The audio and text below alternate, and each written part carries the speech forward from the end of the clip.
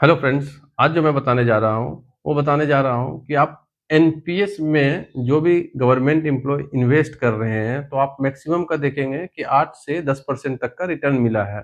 और चूँकि NPS 60 years के बाद किसी को पेंशन के तौर पे मिलता है, तो जब लगातार हम 60 इयर्स तक इन्वेस्ट करते हैं, मतलब अगर कोई 25 साल में आया, 30 साल में आया, तो जब 30 साल, 35 साल इन्वेस्ट करते हैं, तो वो जो कॉर्पस है हमारा, वो करोड़ों में चला जाता है। 2 करोड़, 4 करोड़, 5 करोड़। तो ऐसे में क्या है कि अगर आपको 8 से 10% मिल रहा है और मैं जो बता रहा हूँ, अगर आप ऐसे इन्वेस्ट करते हैं तो आपको 15% का रिटर्न मिलेगा। यानी कि आप 5% का लॉस कर रहे हैं। अब अगर आपका 5 करोड़ का कॉर्पस बन गया है और आप 5% लॉस कर रहे हैं, तो आपका काफ़ी बड़ा रकम हो जाएगा, ठीक है? तो अभी ज़्यादा समय ना लेते हुए मैं आपको बताना चाहूँगा कि यहाँ पे जो हम इन्वेस्ट करते हैं, तो करंट में हमारे पास 10 फंड मैनेजर है। अब फंड मैनेजर क्या है? सवाल ये भी आता है। तो जैसे लॉ के लिए एडवोकेट होते हैं कि लॉ की जानकारी के लिए एडवोकेट के पास जाते हैं, मेडिकल की जानकारी के लिए डॉक्टर के पास जाते हैं। उसी तरह फाइनेंस की जानकारी के लिए फंड मैनेजर होते हैं, जो हमारे जो भी एनपीएस में पैसे इन्वेस्ट हो रहे हैं, 10% हमारे बेसिक का होता है और 14% जो गवर्नमेंट देती है, मतलब टोटल 24% इन्वेस्ट होता है। तो उसको कौन मैनेज करेगा? तो वो जो मैनेज करता है, वो फंड मैनेजर ही मैनेज करता है, ठीक है? तो करंट में जो हमारे पास अभी है, 10 फंड मैनेजर है। आदित्य बिरला के नाम से Aditya Birla fund management, pension fund management, axis pension fund management, DSP pension fund management, HDFC pension fund management, ICI potential pension fund management, Kotak Mahindra fund pension fund management, LIC pension fund management, SBI pension fund management और Tata pension fund management और UTI retirement pension fund management, ठीक है? तो current में हमारा अभी 10 pension fund management है। अब इसमें हम दो तरह से, मतलब हमारा इन्वेस्टमेंट होता है, ठीक है? पहला है एक्टिव और दूसरा है ऑटो। एक्टिव में क्या होता है? एक्टिव में हम मान के चल रहे हैं कि वैसे लोग हैं जिनको मार्केट का नॉलेज है। मार्केट का नॉलेज है इन द सेंस कि उसको पता है कि अभी कौन सा पेंस मतलब जो ये फंड मैनेजर है, वो बेहतर प्रदर्शन कर रहा है, ताकि वो अगर इस पे है तो वो स्विच करके इस पे आ सकता है, इस पे है तो स्विच करके इस पे जा सकता है। तो इसका मतलब क्या है कि उसको मार्केट का नॉलेज है, वो टाइम टाइम पे अपना फंड मैनेजर को चेंज करता है। और अगर उसको कोई ऐसा फंड मैनेजर है जो रेगुलर ग्रोथ कर रहा है, तो उसको चेंज करने की जरूरत नहीं भी है। तो ये हो गया हमारा एक्टिव का। अब मैं आपको एक्टिव में बताऊंगा कि कैसे कितने परसेंट इन्वेस्ट कर सकते हैं। जैसे अभी अगर आप इसमें देखेंगे, तो इसमें वहां जब आप एनपीएस का ऐप खोलिएगा, तो एसेट करके, एसेट ई लिखा हुआ आएगा, एसेट सी आएगा, एसेट जी आएगा। तो इसका मतलब क्या हो गया? एसेट ई मतलब ये हो गया आपका इक्विटी एंड रिलेटेड इंस्ट्रूमेंट, ठीक है? Equity and related instrument. C मतलब हो गया कॉर्पोरेट डेब्ट एंड रिलेटेड इंस्ट्रूमेंट और जी मतलब हो गया government bond and related instrument, ठीक है?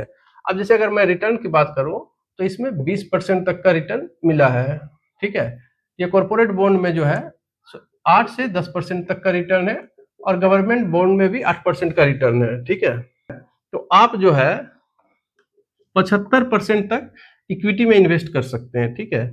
अगर आपका एज जैसे जैसे बढ़ता जाएगा, तो आपका इक्विटी में इन्वेस्टमेंट भी कम होता जाएगा और जब इसमें इन्वेस्टमेंट कम होता जाएगा, तो वो जो बचे परसेंटेज होंगे, वो इन्वेस्टमेंट आपका कॉर्पोरेट बॉन्ड और गवर्नमेंट बॉन्ड में बढ़ता जाएगा, ठीक है? अभी मैं बात करूंगा ऑटो का। ऑटो मतलब हम मान के चलते हैं कि वैसे गवर्नमेंट एम्प्लॉय जिनको मार्केट का नॉलेज नहीं है, जो जो अपने पैसे को फंड मैनेजर के भरोसे छोड़ देते हैं कि हाँ, आपको जहां उचित लगता है आप उसको इन्वेस्ट करें और जो भी हमको रिटर्न मिलेगा वो ठीक है। अभी जैसा कि मैं आपको बताऊंगा कि यहाँ पे मैंने बताया कि एनपीएस में कितना, अगर 35 साल से नीचे है तो इक्विटी में 75% इन्वेस्ट कर सकते हैं, कॉर्पोरेट डेब्ट में 10% कर सकते हैं और गवर्नमेंट में 15% कर सकते हैं। अब मैं इसलिए बता रहा हूँ क्योंकि इक्विटी में मैंने अभी आपको बताया था कि रिटर्न ज्यादा है और आप लॉन्ग टर्म के लिए कर रहे हैं, तो सेफ्टी के साथ, सेफ्टी तो देखना ही है, लेकिन सेफ्टी के साथ साथ लॉन्ग टर्म में कर रहे हैं तो थोड़ा हमें रिटर्न भी ज्यादा चाहिए। इसलिए आप चाहे तो 75% तक इक्विटी में इन्वेस्ट कर सकते हैं और 25% कॉर्पोरेट डेब्ट और गवर्नमेंट बॉन्ड में इन्वेस्ट कर सकते हैं। अब मैं ये बताया था एक्टिव के लिए, ठीक है। अब मैं बताता हूँ ऑटो के लिए कि ऑटो में वैसे लोग आते हैं जिनको जानकारी नहीं है, ये बताया था मैंने आपको। अब ऑटो में भी 3 तरह से आते हैं, ठीक है। अगर 35 साल से नीचे है तो एग्रेसिव है, मॉडरेट है और कंजर्वेटिव है, क्योंकि हर व्यक्ति या हर एम्प्लॉय को रिस्क लेने की क्षमता या कैपेसिटी अलग-अलग होती है।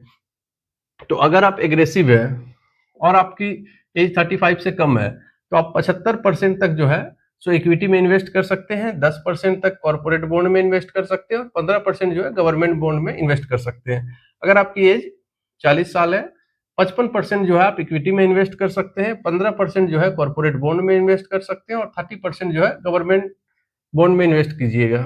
अगर आपकी एज 50 है तो आप 20% इक्विटी में इन्वेस्ट कर सकते हैं, 20% जो है कॉर्पोरेट डेब्ट में इन्वेस्ट कर सकते हैं और 60% जो है आपको गवर्नमेंट बॉन्ड में इन्वेस्ट होगा।